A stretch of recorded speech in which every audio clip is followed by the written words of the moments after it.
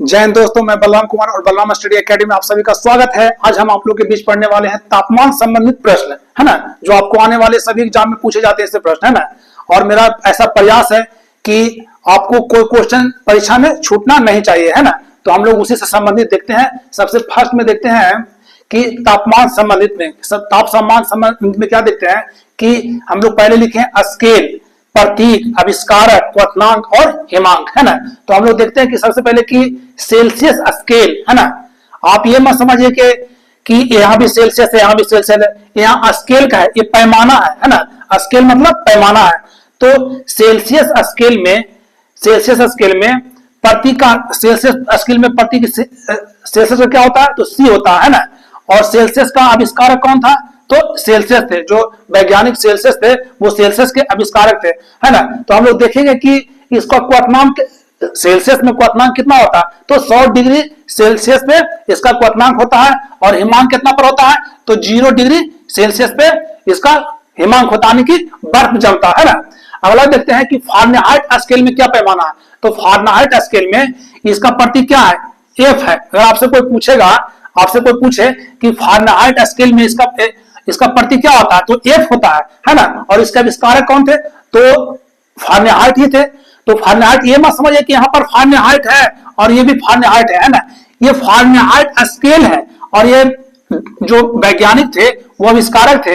Fahrenheit के नाम पर ही फारेनहाइट स्केल को आविष्कार किया गया था, है ना। और फारेनहाइट स्केल में इसका जो क्वथनांक होता है वो 212 डिग्री फारेनहाइट होता है। कितना, 212 डिग्री फारेनहाइट, है ना। और हिमांक कितना होता है, तो 32 डिग्री फारेनहाइट होता है ना। इसमें देखिए सेल्सियस में हिमांक कितना होता है, तो 0 डिग्री सेल्सियस में होता है कितना, बर्फ जमता है। लेकिन आपको फारेनहाइट में 32 डिग्री फारेनहाइट पर इसमें जमेगा।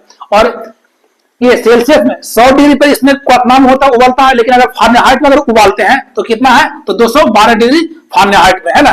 तो हम लोग देखते हैं अगला रोमर में है ना। रोमर स्केल में हम लोग देखते हैं कि रोमर स्केल में क्या है। तो रोमर स्केल में क्या है, तो रोमर स्केल में है, इसका प्रतीक क्या है, आर है। रोमर स्केल में इसका प्रतीक क्या है, तो आर है। आर से हम लोग इसको सूचित करते हैं, आर से, है ना। और इसके आविष्कारक कौन थे, तो रोमर नामक के वैज्ञानिक थे जो इसके आविष्कारक थे, है ना। और रोमर स्केल में जो क्वथनांक होता है वो कितना होता है, 80 डिग्री रोमर होता है। कितना होता है, 80 डिग्री रोमर। और हिमांक कितना होता है, तो 0 डिग्री रोमर होता है ना। और अगला है केल्विन। केल्विन स्केल में क्या है, केल्विन स्केल में जो इसका प्रतीक या संकेत बोल सकते हैं वो क्या है, के है। केल्विन स्केल में इसका केल्विन का प्रतीक क्या है, तो के है। और जो आविष्कारक थे, वैज्ञानिक थे, उनका नाम क्या था, वो केल्विन। क्योंकि केल्विन के नाम पर ही केल्विन स्केल पैमाना नाम रखा गया था, है ना। और इसमें क्वथनांक कितना है, तो 273.15 ये है जो क्वथनांक है। लेकिन इसका हिमांक कितना है भाई, तो हिमांक कितना है, तो 373.15 के है। 373.15 के है जो इसका क्या है, हिमांक, यानी कि बर्फ जमता है ना। तो ये तो आपको पहला हो गया स्केल संबंधित। और इसमें सेकंड में हम लोग देखते हैं कि प्रमुख पैमानों पर तापक्रम क्या है। प्रमुख तापमान पर पैमाना क्या है, तो पैमाना क्या है, तो हम लोग देखे हैं कि तापमान में दिए हैं सेल्सियस है, फारेनहाइट है, केल्विन है। तो आप लोग समझने के लिए देखिए कि तापमान में कि जल का जमना, तो जल का जमना होता है सेल्सियस में 0 डिग्री पे। कितना होता है, 0 डिग्री सेल्सियस पे तापमान जमता है ना। और फारेनहाइट में कितना पे जमेगा, तो 32 डिग्री फारेनहाइट रहेगा। तो क्या होगा, जल का जमाव होगा। और अगर केल्विन में जमाना है तो 273 डिग्री में वो जल का जमाव होगा। देखिए सेल्सियस में 0 पर होगा, फारेनहाइट में 32 पर होगा, और केल्विन में 273 होगा। और अगला देखते हैं कि रूम का सामान्य ताप है जो सेल्सियस में कितना होता है, तो 27 डिग्री। रूम का तापमान सेल्सियस में कितना आता है, तो 27 डिग्री होता है। और फारेनहाइट में कितना है, 80.6 होता है डिग्री। ये होता है कितना, रूम का सामान्य तापमान, ये फारेनहाइट में होता है। और अगर केल्विन में जाते हैं तो 300 हो जाता है। कितना होगा, 300 है। और अगला देखते हैं शरीर का तापमान। शरीर का तापमान अगर हम लोग नापते हैं तो शरीर का तापमान ज्यादा किसमें नापा जाता है, तो फारेनहाइट में हम लोग नापते हैं। किसमें, शरीर का तापमान फारेनहाइट में नापते हैं। लेकिन अगर दूसरा स्केल से पैमाना से तुलना करते हैं तो शरीर का तापमान में अगर सेल्सियस में देखते हैं तो कितना होता है, तो 37 डिग्री सेल्सियस। 37 डिग्री सेल्सियस होता है, वो सेल्सियस में होता है। अगर फारेनहाइट में देखते हैं तो कितना होता है 98.6, 98.6 है जो हम लोग शरीर का तापमान नापते हैं। तो देखते हैं कि अगर इतना अगर तापमान है तब तो ठीक है, अगर इससे ऊपर हो गया तो यानी कि वो बुखार से ग्रसित हो गया। और अगर केल्विन में देखते हैं तो 310, अगर किसी व्यक्ति को बुखार लग गया और केल्विन स्केल से नापा जा रहा है तो कितना होना चाहिए, 310 होना चाहिए, है ना। उसी में आगे देखते हैं जल का उबलना।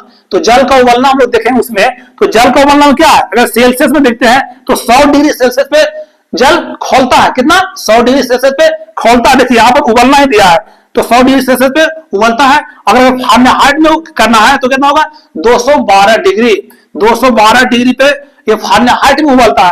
अगर केल्विन में जाते हैं तो कितना है, 373 डिग्री, 373 डिग्री केल्विन पे ये पानी का उबलना हो जाता है ना। इतना तो ये संबंधित आपसे हो गया क्या, प्रमुख पैमानों पर तापमान और ये इसका आविष्कारक और क्या मान्य है ना।